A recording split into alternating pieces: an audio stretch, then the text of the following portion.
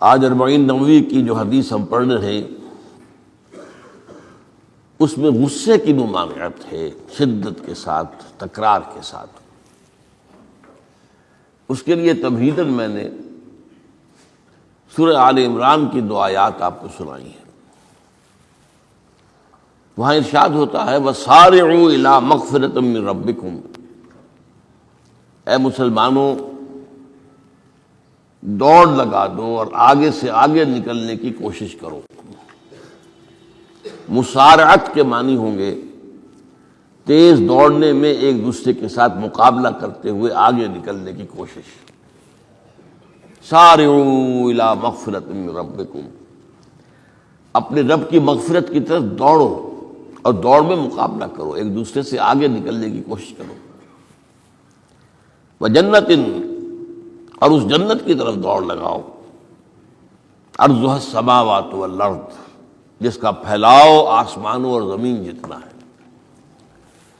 وَأُعِدَّتْ لِلْمُتَّقِينَ، وہ تیار کی گئی ہے، سجائی گئی ہے، اسے پورے اہتمام کے ساتھ تیار کیا گیا ہے اہل تقویٰ کے لیے۔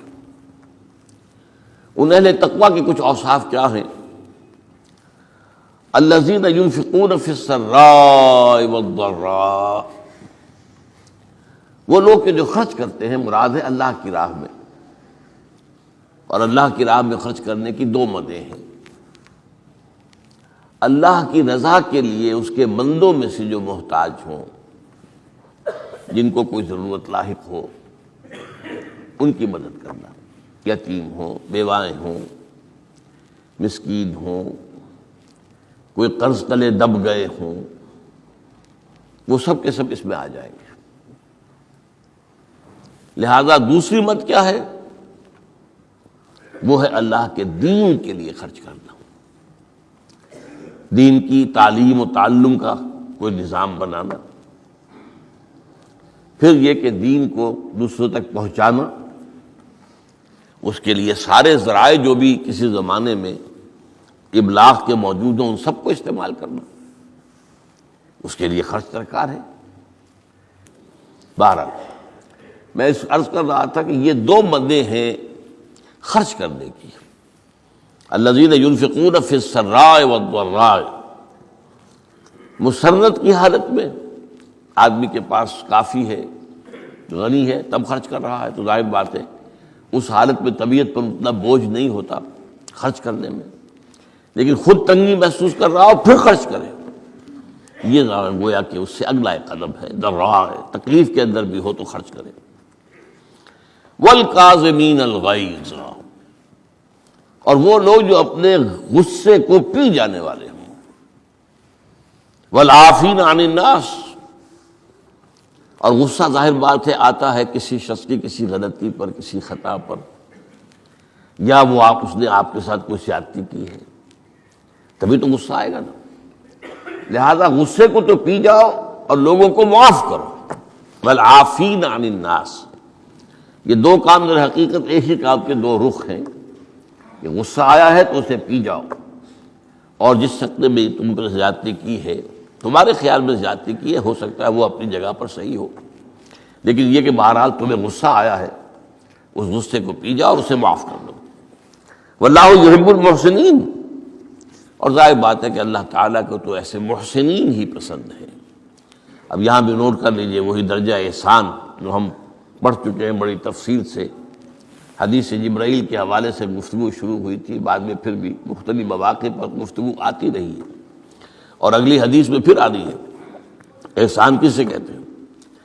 تو اللہ تعالیٰ کو ایسے محسن جو اپنے اس دین کو خوبصورت بنا لے، دین ان کا جو ہے اور دینی زندگی ان کی جو ہے وہ دل کو لبھانے والی ہو، وہ لوگوں کو پسند آنے والی ہو، بلکہ یہ کہ اس کے اندر جو ہے وہ حسن جو ہے دل آویزی پیدا ہو جائے۔ تو اس آیت کے حوالے سے میں آج پھر حدیث آپ کو سنا رہا ہوں۔ اس کے راوی حضرت ابو ہریرہ ہے رضی اللہ تعالی عنہ، انہوں نے ذکر کیا ہے، اور اس کی روایت جو ہے امام بخاری نے کی ہے رحمہ اللہ، ان رجلا قال للنبی صلی اللہ علیہ وسلم، ایک شخص نے حضور صلی اللہ علیہ وسلم سے عرض کیا، اوصنی، حضور مجھے کچھ وصیت فرمائیے۔ اوصا یوسی ایصاءً، وصیت کرنا، وصا یوصی توصیتاً، اس کے معنی بھی وہی ہے۔ وصا یوصی کے معنی ہو جائیں گے تدریجاً، مسلسل وصیت کرتے رہنا، نصیحت کرتے رہنا۔ اور ایک ہے، ایک مرتبہ آپ نے ایک بات کہہ دی ہے، اوصنی، مجھے وصیت فرمائیے، مجھے نصیحت فرمائیے۔ قال لا تغضب، آپ نے ایک ہی بات فرمائی، غصہ نہ کیا کرو، مغلوب الغضب نہ ہو جایا کرو، کہ غصہ آئے اور تم پر چھا جائے، تمہارے اوپر اپنا غلبہ کر دے۔ فردد مرارا، اب اس شخص کے دل میں شاید کوئی اور بات تھی، اس نے پھر پوچھا، اوصنی حضور، بس کیجیے وصیت مجھے۔ آپ نے پھر فرمایا لا تغضب، پھر پوچھا، وہ تکرار کرتا رہا اور حضور نے بھی ہر مرتبہ وہی بات کہی۔ اب اس سے اندازہ ہو جاتا ہے کہ یہ بات کتنی اہم ہے۔ پہلی بات تو میں آپ کو یہ بتا دوں کہ غصہ آ جانا کوئی غیر فطری بات نہیں ہے، غصہ اللہ تعالیٰ نے انسان میں رکھا ہوا ہے۔ البتہ غصے کے اعتبار سے حضرت حسن، غالباً حسن بصری رحمہ اللہ، ان کا ایک قول بڑا حکیمانہ ہے، بہت حکیمانہ ہے۔ وہ فرماتے ہیں کہ ایک انسان تو وہ ہوتا ہے جو پورا انسان ہوتا ہے، مکمل انسان ہوتا ہے، ایک ہوتا ہے نصف رجل، آدھا انسان، وہ انسانیت کے معیار پر پورا نہیں اترتا، ہاں نصف تک آ جاتا ہے۔ اور ایک انسان ہوتا ہے لیس برجل، وہ انسان ہوتا ہی نہیں، وہ حیوان ہوتا ہے۔ پورا انسان وہ ہے جسے غصہ دیر میں آئے اور جلدی رفع ہو جائے، اور آدھا انسان وہ ہے جسے غصہ جلدی آئے لیکن جلدی رفع بھی ہو جائے،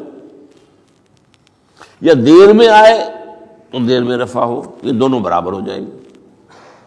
جلدی غصہ آیا، جلدی ہی ختم بھی ہو گیا، دیر میں آیا، دیر لگا دی جانے میں بھی۔ اور جو شخص سرے سے انسانیت کا مستحق ہی نہیں کہ اسے انسان مانا جائے، غصہ جلدی آ جائے اور دیر میں جائے، تو وہ اصل میں پھر انسان نہیں ہے، وہ اخلاقی اعتبار سے پورا انسان کہلانے کا مستحق نہیں ہے۔ تو غضب کے اعتبار سے یہ تین درجے جو ہے وہ سامنے رہنے چاہیے۔ پھر مزاجوں کی بات بھی ہوتی ہے، اللہ تعالیٰ نے مختلف مزاج بنائے ہیں۔ بعض طبائع کے اندر جمال کا عنصر زیادہ ہوتا ہے، جمالی شخصیت، خوبصورت شخصیت طبعاً۔ بعض جلالی مزاج کے لوگ ہوتے ہیں، یہ ہمارے بزرگوں میں بھی ہوتا ہے، دیندار لوگوں میں بھی ہوتا ہے، یہاں تک کہ نبیوں میں بھی ہے۔ حضرت موسیٰ علیہ السلام جلالی طبیعت کے آدمی تھے، آپ کو معلوم ہے ان کے واقعات تو ہمارے سامنے ہیں جو قرآن میں موجود ہیں، کہ ایک قبطی کا اور ایک اسرائیلی کا جھگڑا ہو رہا تھا، اس اسرائیلی نے مدد مانگی تو حضرت موسیٰ نے ایک مکہ لگایا ہے اس قبطی کو اور اس کی جان نکال دی۔ تو ان کے غضب کا، ان کی جلالی طبیعت کا یہ عالم ہے۔ اور اس کا سب سے بڑا نقشہ جو قرآن مجید میں آتا ہے کہ جب اللہ تعالیٰ نے جب ہجرت ہو گئی اور مصر سے حضرت موسیٰ علیہ السلام اپنی قوم کو لے کر، بنی اسرائیل کو لے کر نکل آئے، دریا یا سمندر بھی اللہ نے پار کرا دیا، سمندر کو یا دریا کو پھاڑ کر، اس کے بعد وہ مرحلہ آیا کہ انہیں اب شریعت دی جائے، اس لیے کہ اصل میں ہجرت کے بعد پھر شریعت آتی ہے۔ ہجرت سے پہلے کا وقت جو ہے وہ تو ایک کشاکش کے اندر گزرتا ہے، جیسے کہ 12 برس حضور کے مکے میں ہے، ایک کشاکش ہے جسے ہم عام طور پر کشمکش کہہ دیتے ہیں، ایک سٹرگل ہے، اس میں مصیبتیں ہیں، تکلیفیں ہیں، ماریں کھائی جا رہی ہیں وغیرہ وغیرہ۔ تو ابھی کسی تفصیلی شریعت کے لیے جانے کا موقع نہیں تھا۔ نماز بھی جا کر 5 وقتہ جو ہے وہ سن 1190 میں فرض ہوئی ہے، یعنی آپ سمجھئے کہ ہجرت سے 1-1.5 سال پہلے۔ اس کے علاوہ زکوٰۃ کا کوئی نظام ابھی باقاعدہ کہ یہ اتنے میں سے اتنا کوئی نہیں۔ ہاں عام طور پر لفظ زکوٰۃ استعمال ہوا ہے، اپنے مال کو پاک کرو، پاک کرتے رہا کرو، مال میں سے صدقہ خیرات نکالتے رہا کرو، اس سے وہ مال پاک ہو جاتا ہے۔ تو اسی طریقے سے جو ہجرت آئی حضور پر، جو ہجرت کے بعد شریعت نازل ہوئی مدینہ منورہ میں، اور دورہ ترجمہ قرآن میں یہ بات واضح میں کر دیا کرتا ہوں کہ اس شریعت کا بلو پرنٹ جو ہے، یہ لفظ آپ میں سے بہت سے حضرات جانتے ہوں گے، کوئی عمارت بنانی ہو تو اس کا جو نقشہ بنتا ہے پہلا وہ ایک نیلے کاغذ پر بنتا ہے، بلو پرنٹ۔ تو بلو پرنٹ جو ہے اس شریعت محمدی علی صاحب الصلاۃ والسلام کا، وہ سورہ بقرہ میں تیار ہو گیا۔ پھر اس میں جو تفاصیل کے اور پورے جو خد و خال آئے ہیں وہ پھر سورہ نساء اور سورہ مائدہ اس کی تکمیل کی صورت۔ بہرحال جب حضرت موسیٰ کو اب اللہ تعالیٰ نے طلب کیا 40 دن کے لیے کوہ طور پر، اس کو ہم چلہ بھی کہہ سکتے ہیں، 40 روز کی اللہ تعالیٰ نے ان سے ریاضت کروائی، مشقت، روزہ اور یہ کہ عبادت اور ذکر الہی۔ اس کے بعد انہیں اللہ نے تورات عطا فرما دی۔ اس میں آپ کو یاد آ جانا چاہیے حضور سے بھی قرآن مجید کے نزول سے قبل اسی طرح کا معاملہ غار حرا میں آپ کی جو خلوت گزینی ہوتی تھی، اور وہاں پر جو بھی آپ اب کیا عبادات کرتے تھے یہ ہمیں معلوم نہیں ہے، لیکن یہ ہے کہ عام طور پر جو محدثین نے کہا ہے کان صفت تعبدہ فی غار حرا التفکر والاعتبار، غور و فکر کرتے تھے یہ کائنات کیا ہے، کیا اس کا نظام ہے، یہ معاشرہ ہمارا کدھر جا رہا ہے، یہ خرابیاں کیوں بڑھ رہی ہیں، یہ کیوں انسان کا خون کرتا ہے، یہ کیا بات ہے، یہ کیا وجہ ہے کہ کچھ لوگ بھوکے مر رہے ہیں اور کچھ لوگ جو ہے ان کے پاس بہت دولت جمع ہو گئی، یہ غور و فکر جو ہے تو یہ آپ کا رہا ہے بہرحال۔ لیکن یہ کہ تخلیہ اور غار میں آپ کا قیام یہ اپنی جگہ پر ثابت ہے۔ تو اسی طریقے سے وہاں 40 دن کا معاملہ ہوا حضرت موسیٰ علیہ السلام کے ساتھ۔ اس کے بعد الواح دے دی گئیں، جو پتھر کی تختیاں تھیں ان کے اوپر جو احکام عشرہ ہیں، دی 10 کمانڈمنٹس، جو بنیاد ہیں۔ جیسے میں نے کہا کہ سورہ بقرہ جو ہے شریعت محمدی کی اساس ہے، تو شریعت موسوی کی اساس وہ 10 کمانڈمنٹس ہیں جو کہ پتھر کی سلوں پر لکھی ہوئی دی گئی ہیں حضرت موسیٰ علیہ السلام کو کوہ طور پر۔ اب پیچھے کیا ہوا؟ حضرت موسیٰ کی اس غیر حاضری میں سامری کو موقع مل گیا، اس نے گمراہ کرنے کے لیے ایک شعبدہ دکھایا، اور وہ شعبدہ کیا تھا؟ آل فرعون کے جو زیور وغیرہ ہوتے تھے ان لوگوں کے، وہ ان بنی اسرائیل کے لوگوں کے پاس امانت رکھا کرتے تھے، یعنی انہیں بھی اندازہ یہ تھا یہ اسرائیلی جو ہیں یہ بددیانت نہیں ہے، یہ جو ہے اس کے اندر جو ہے وہ نہیں کریں گے کوئی خیانت، خائن نہیں۔ بہرحال چونکہ حضرت ابراہیم کی اولاد تھے، حضرت یعقوب کی اولاد تھے، تو چاہے اور ان میں خرابیاں آ گئی ہوں گی، لیکن یہ کہ یہ اندازہ انہیں تھا کہ یہ امین لوگ ہوتے ہیں، تو ان کے پاس امانت رکھی ہوئی تھی۔ جب وہ نکلے وہاں سے وہ ساری چیزیں بھی ساتھ لے کر آ گئے۔ اس کو کہا اس نے سامری نے کہ یہ پھینک دو، یہ تو نجس ہے، تمہارے لیے جائز نہیں۔ اس حد تک تو بات ٹھیک ہوئی۔ پھر ان کو پگھلا کر اور ایک بچڑے کی شکل بنا لی، اور اس کے اندر ایسا کچھ میکینزم رکھا کہ اس میں سے ہوا گزرتی تھی، اندر سے کھوکھلا تھا، تو آواز ایسی آتی تھی جیسے کہ بچڑا ڈکرا رہا ہو۔ انہوں نے کہا یہ ہے تمہارا خدا۔ یہ موسیٰ کو تو مغالطہ لگا ہے، کس غلطی فہمی کے اندر وہ پڑ گئے ہیں، کہاں گئے ہیں، کس خدا کے پاس گئے ہیں، یہ خدا تو یہ ہے تمہارا خدا، اسے پوجو۔ بہرحال وہاں کچھ لوگ جو ہے کافی بڑی تعداد میں لوگوں نے پرستی شروع کر دی۔ اب جب اللہ نے بتایا اے موسیٰ تمہاری قوم پیچھے فتنے میں پڑ چکی ہے، اور اس کی بھی ایک عجیب بات ہے، اس بتائی دوں آپ کو کہ حضرت موسیٰ کے لیے جو اللہ نے وقت معین کیا تھا کوہ طور پر آنے کا، آپ اس وقت مقرر سے پہلے پہنچ گئے۔ شوق اللہ نے ایکسپلینیشن کال کی، یہ سورہ طٰہٰ میں موجود ہے۔ ما اعجلک عن قومک یا موسیٰ، موسیٰ یہ تم اپنی قوم کو چھوڑ کر جلدی کیوں آ گئے؟ ابھی تو وہ وقت معین نہیں آیا، کیوں آ گئے؟ اب حضرت موسیٰ تعجب سے کہتے ہیں کہ مجھے تو شاباش ملنی چاہیے تھی کہ تو میرا شوق دیکھ، میرا اشتیاق دیکھ، اور الٹی جو ہے ایکسپلینیشن کال کرنی پڑ رہی ہے۔ قال عجلت الیک ربی لترضی، پروردگار میں تو جلدی کر کے آیا اس لیے تو راضی ہو جائے کہ تیرے طلب کرنے پر میں وقت معین سے بھی پہلے پہنچ گیا ہوں۔ فرمایا نہیں، یہ اجرت جو ہے یہ ایسی خطا ہے تمہاری کہ تم نے در حقیقت جو یہ غلطی کی ہے اس کی وجہ سے سامری کو موقع مل گیا ہے کہ اس نے تمہاری قوم کو اضلهم السامری، سامری نے گمراہ کر دیا۔ یہ خبر پا کر اب حضرت موسیٰ علیہ السلام جب آئے ہیں واپس اپنی قوم، اس کے لیے جو الفاظ آئے ہیں یہ سورہ اعراف کے اندر ہے، فلما رجع موسیٰ الی قومہ غضبان اسفا۔ یہ غضبان، یہ غضب کی ایک انتہائی شکل ہے۔ اس وزن پر عربی زبان میں جو الفاظ آتے ہیں وہ کسی شے کی شدت کو ظاہر کرتے ہیں۔ انا جوعان، میں بھوک سے مرا جا رہا ہوں۔ انا عطشان، میں پیاس سے مرا جا رہا ہوں۔ اسی طرح رحمان، جس میں رحم جو ہے وہ ٹھاٹھے مارتے سمندر کے مانند ہے۔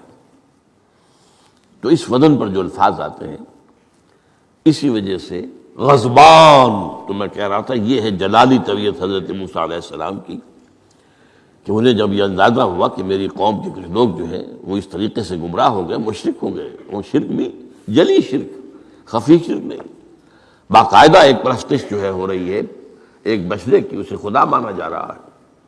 اسفا، بہت ہی متاسف۔ ابھی دو الفاظ آ گئے، غضبان اسفا، ایک جانب غضبناک اور دوسری طرف انتہائی افسوس اور رنج کی کیفیت۔ چنانچہ وہاں آ کر جو الفاظ قرآن مجید میں آئے ہیں اسی جلالی طبیعت کا مظہر، وَأَلْقَى الْأَلْوَاحَ، وہ جو لے کر آئے تھے تختیاں وہ تو آپ نے ڈال دی۔ وَأَخَذَ بِرَأْسِ أَخِيهِ يَجُرُّهُ إِلَيْهِ، اپنے بھائی حضرت ہارون کا سر پکڑ کر، بلکہ داڑھی کے بعد پکڑ کر اور پیشانی کے بعد پکڑ کر گھسیٹا، یہ تم نے کیا کیا؟ میں تمہیں خلیفہ بنا کر گیا تھا یہاں، تمہارے ہوتے ہوئے اور یہ کام ہو گیا، تم کیوں نہ میرے پیچھے آ گئے مجھے بتانے کے لیے؟ بہرحال چونکہ خلیفہ بنا کر گئے تھے، انہیں رہنا تو وہاں تھا، لیکن انہوں نے کہا کہ مجھے اندیشہ یہ ہوا کہ آپ یہ کہیں گے کہ تم نے بنی اسرائیل میں تفرقہ پیدا کر دیا، اس لیے میں نے برداشت کیا، کیا کر روکتا رہا میں، لیکن یہ کہ میں نے ان کے درمیان جو ہے کوئی بہت بڑا قدم نہیں اٹھایا۔ لیکن بہرحال اس کے بعد جو قدم اٹھایا گیا وہاں پر وہ فیصلہ کیا گیا کہ 12 قبیلوں میں سے ہر قبیلے کے جتنے لوگوں نے یہ شرک کیا ہے اسی قبیلے کے لوگ جو توحید پر قائم رہے ہیں وہ اپنے بھائیوں کو قتل کریں اور ذبح کریں۔ تو تورات کی روایت کے مطابق 70,000 یہودی قتل ہوا، اور یہیں سے قتل مرتد کی سزا اسلام میں یہ قتل ہے۔ یہ سب بات لوگ کہتے ہیں جو منکرین حدیث ہیں آج کل اور روشن خیال ہیں، اور جو اپنی روشن خیالی کا جو سند لینا چاہتے ہیں مغرب سے، تو مغرب کا تصور تو یہ ہے کہ یہ انسانی حقوق میں سے ہے، ایک مسلمان ہے اسے اگر عیسائیت پسند آ گئی عیسائی ہو جائے، اس کا حق ہے، وہ کوئی مجرم تو نہیں۔ یہ تمہاری شریعت میں یہ کہ قتل کر دیا جائے، یہ تو در حقیقت جو بنیادی حقوق ہے انسان کے اس کے خلاف ہے۔ اسی طریقے سے ایک مرد اور ایک عورت رضامندی سے زنا کرتے ہیں، آپ کو کیا اعتراض ہے؟ یہ ان کا حق ہے۔ ہاں مائنر نہ ہو، چھوٹے نہ ہو، نابالغ سے زنا نہ کیا گیا ہو، جبر نہ کیا جائے، جبر کریں گے تو مجرم ہو جائیں گے، لیکن اگر رضا کے ساتھ باہمی رضامندی سے وہ کرتے ہیں زنا تو کوئی جرم نہیں ہے، ان کی مرضی ہے۔ تو یہ سارا تصور جو ہے حقوق انسانی کا جس طرح کا ایک مبالغہ آمیز تصور دنیا میں ہو گیا ہے، اس کی روح سے ہمارے ہاں بھی جو لوگ ہیں جو انہی کو ماڈل بنا رہے ہیں اب، تو وہ کہتے ہیں کہ جناب قرآن میں کہاں ہے مرتد کی سزا، اس طرح قرآن میں کہاں رجم کی سزا؟ تو یہ جان لیجئے کہ یہ دونوں سزائیں حضور نے اپنی سنت کے ذریعے سے نافذ کی ہیں، لیکن اخذ کی ہیں تورات سے۔ ظاہر بات ہے کہ حضور سے پہلے جو شریعت موسوی تھی وہ لاگو تھی. یہودیوں کے لیے شریعت موسوی تھی، آج تک بھی ہے. عیسائیوں کے لیے بھی حضرت مسیح یہی کہہ کر گئے تھے کہ یہ نہ سمجھنا کہ شریعت موسوی کو ختم کرنے آیا ہوں میں. Law of Moses, don't think I have come to destroy law. This law of Moses will be applicable to you. وہ تو سینٹ پال نے ختم کیا ہے. اور آج کی عیسائیت جو ہے یہ عجیب مذہب ہے جس میں کوئی قانون ہے ہی نہیں. لیکن یہ کہ اسلام میں بہرحال انسانی حقوق کے بھی حدود ہیں، ان حدود کے اندر انسانی حقوق ہوں گے. ہاں اگر آپ مسلمان ہیں اور آپ کو کوئی اور پسند آ گیا، آپ مسلمان ملک کو چھوڑ دیجیے، دارالاسلام کو چھوڑ دیجیے، بات چلے جائے گی. لیکن یہ ہے کہ دارالاسلام میں رہتے ہوئے آپ کو اختیار نہیں ہے. اس کی وجہ ہے کیونکہ اسلامی ریاست کی بنیاد ایک نظریے پر ہے. وہ نسل پر نہیں ہے، وہ رنگ پر نہیں ہے، وہ زبان پر نہیں ہے، نظریے پر. نظریے کو کمزور کر دینے والی شے یہ ہے کہ لوگ سازش کر کے ایک وقت میں ایمان لائیں اور پھر مرتد ہو جائیں تاکہ اسلام کی ہوا اکھڑ جائے. اور اس کا معاملہ سورہ آل عمران ہی کے اندر موجود ہے کہ وقالت طائفۃ من اہل الکتاب آمنوا بالذی انزل علی الذین آمنوا وجہ النہار واکفروا آخرہ لعلہم یرجعون. دیکھو بھائی یہ جو بڑی دھاک بیٹھ گئی ہے اسلام کی اور ایمان کی. جو شخص ایمان لے آتا ہے چاہے اسے انگاروں پر ڈال دیا جائے وہ ایمان کو نہیں چھوڑتا. تو یہ ایک ساکھ ہو گئی، ایک گڈ ول ہے ایمان کی، ایک ساکھ.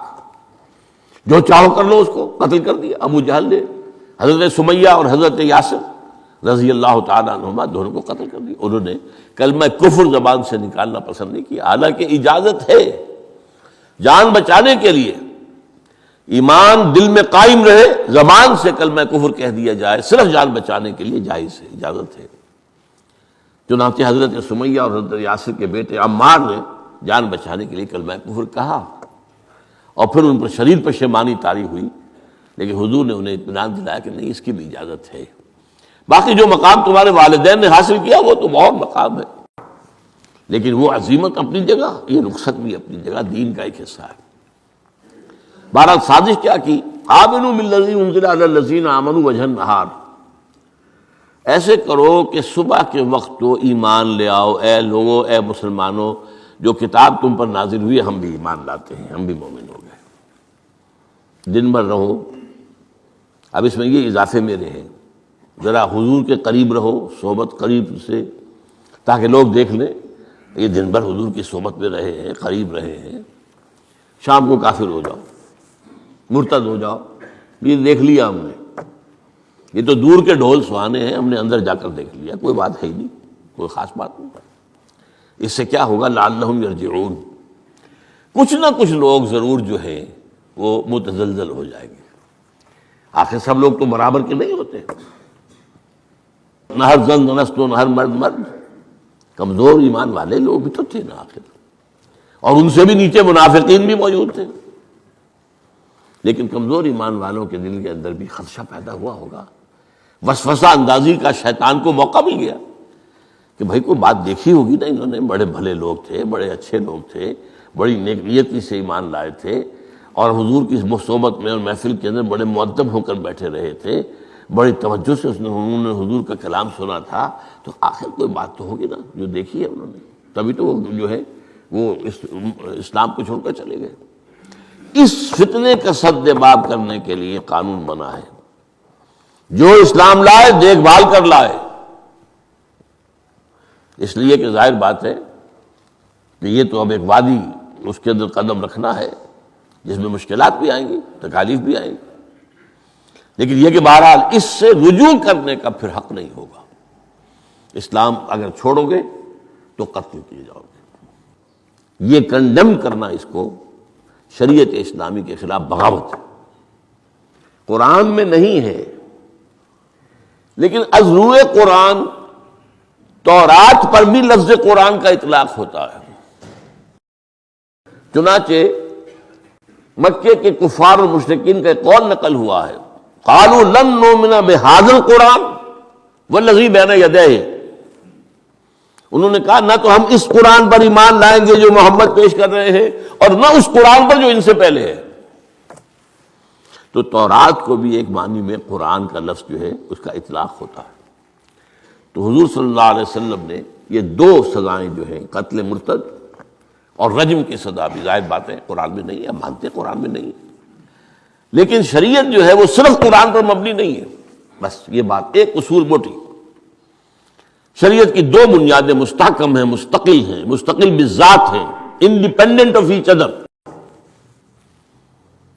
کتاب اللہ و سنت رسولہ صلی اللہ علیہ وسلم، اللہ کی کتاب اور اللہ کے رسول کی سنت، صرف قرآن نہیں ہے۔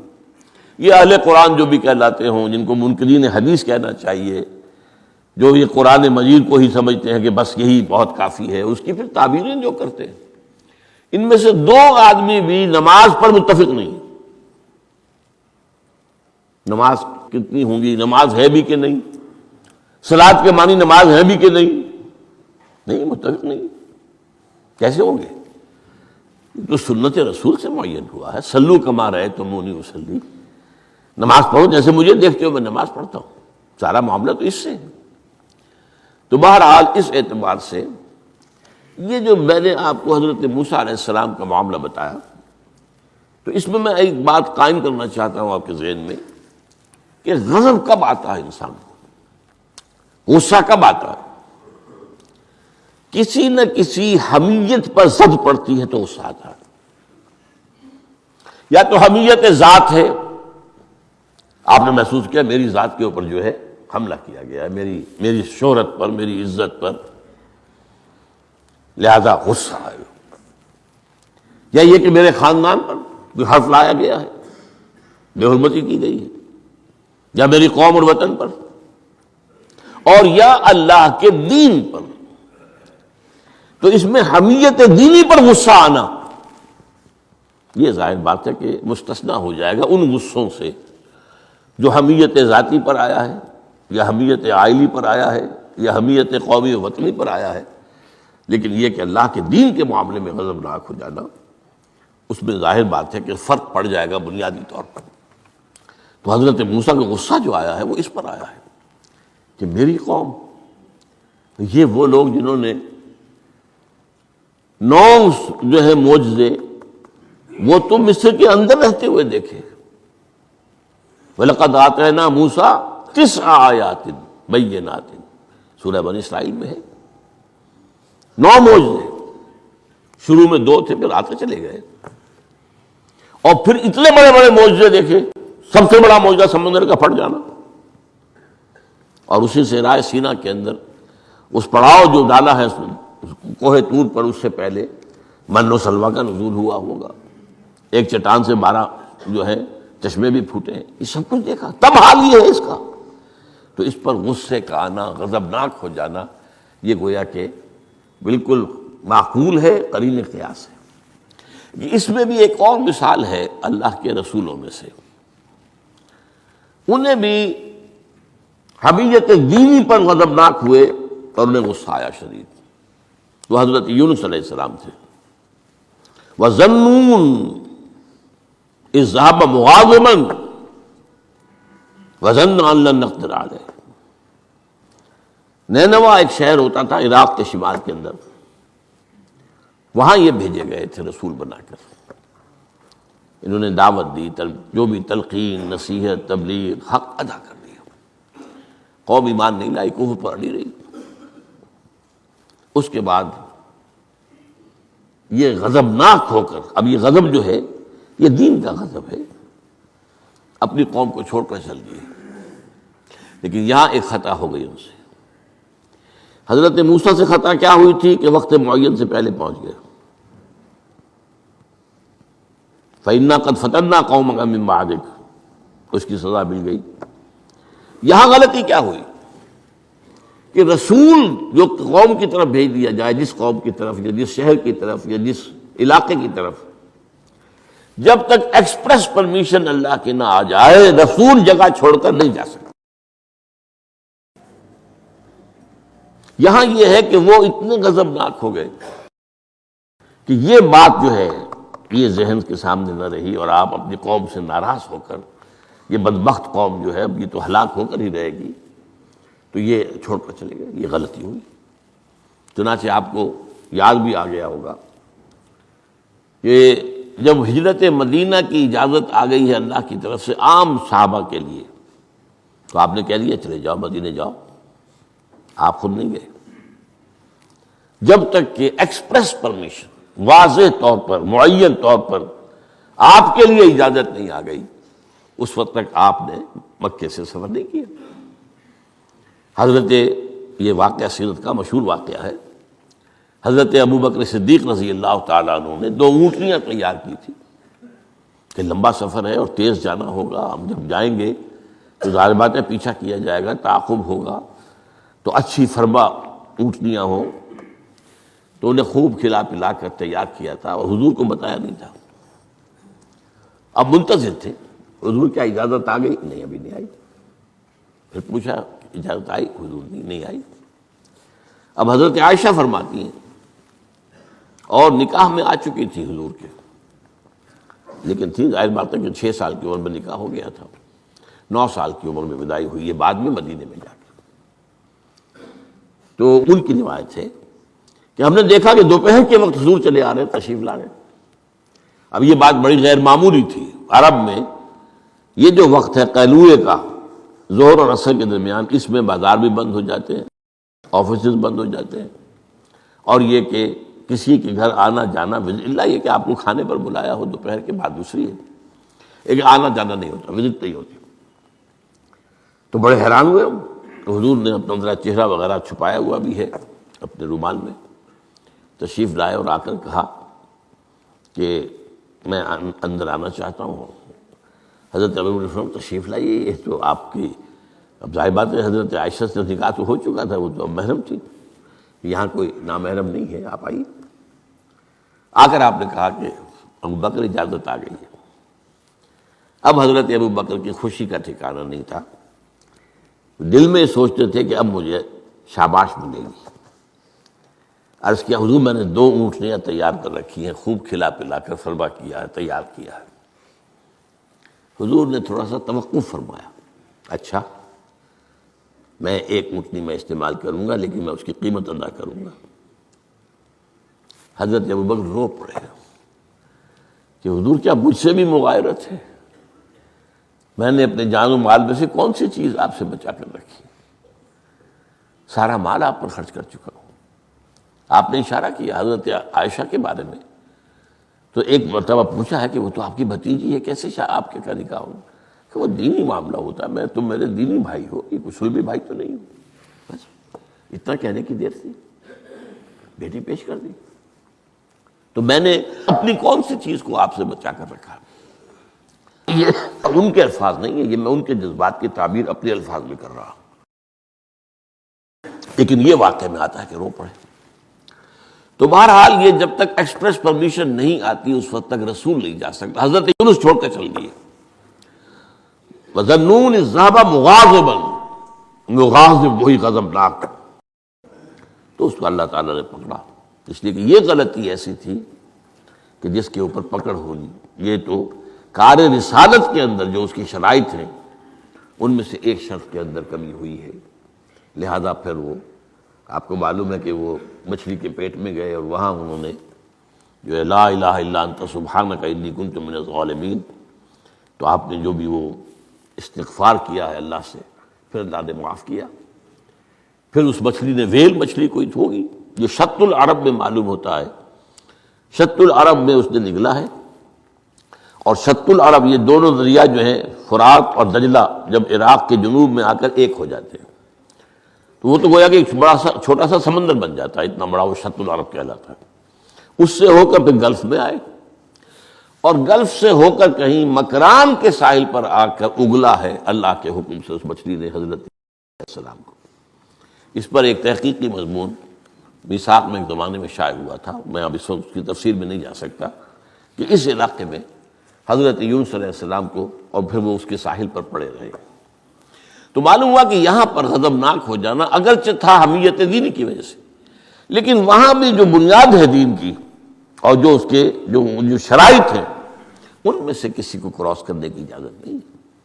اس میں سے اگر کسی رسول سے بھی ہوا ہے تو پھر یہ کہ اللہ تعالیٰ کی طرف سے گرفت ہوئی ہے۔ اور یہاں یہ نوٹ کرا دوں میں آپ کو، ہم جو مبالغے آمیزی کیا کرتے ہیں نعتوں کے اندر، اور آج کل انتہا ہوئی ہے ٹی وی کے اوپر، بعض چینلز کے اوپر نعتوں ہی نعتیں، نعتیں ہی نعتیں، نعتیں ہی نعتیں، پھر ان کے اندر جو مبالغے ہوتے ہیں۔ حضور نے فرمایا ہے مجھے یونس ابن متہ پر بھی فضیلت مت دو۔ اب یونس ابن متہ وہ ہیں واحد رسول جن سے کچھ خطا ہوئی ہے اور جس پر سزا ہوئی ہے، باقی اور رسولوں میں سے کسی کے ساتھ ایسی بات ثابت نہیں۔ خطا ہوئی ہے حضرت موسیٰ سے بھی، ما عجلک عن قومک یا موسیٰ، لیکن خطا جو ہے اس کی کوئی سزا حضرت موسیٰ کو نہیں ملی ہے۔ واحد رسول ہیں حضرت یونس علیہ السلام، الا قوم یونس۔ اور اس کا جو فائدہ پہنچا ہے، یہ جو آج کی جدید اکاؤنٹنگ ہے، debit and credit, Hare debit کے اگینسٹ کوئی انٹری برابر کی جو ہے کریڈٹ کی ہوگی، ہر کریڈٹ کے اگینسٹ ڈیبٹ کی ہوگی۔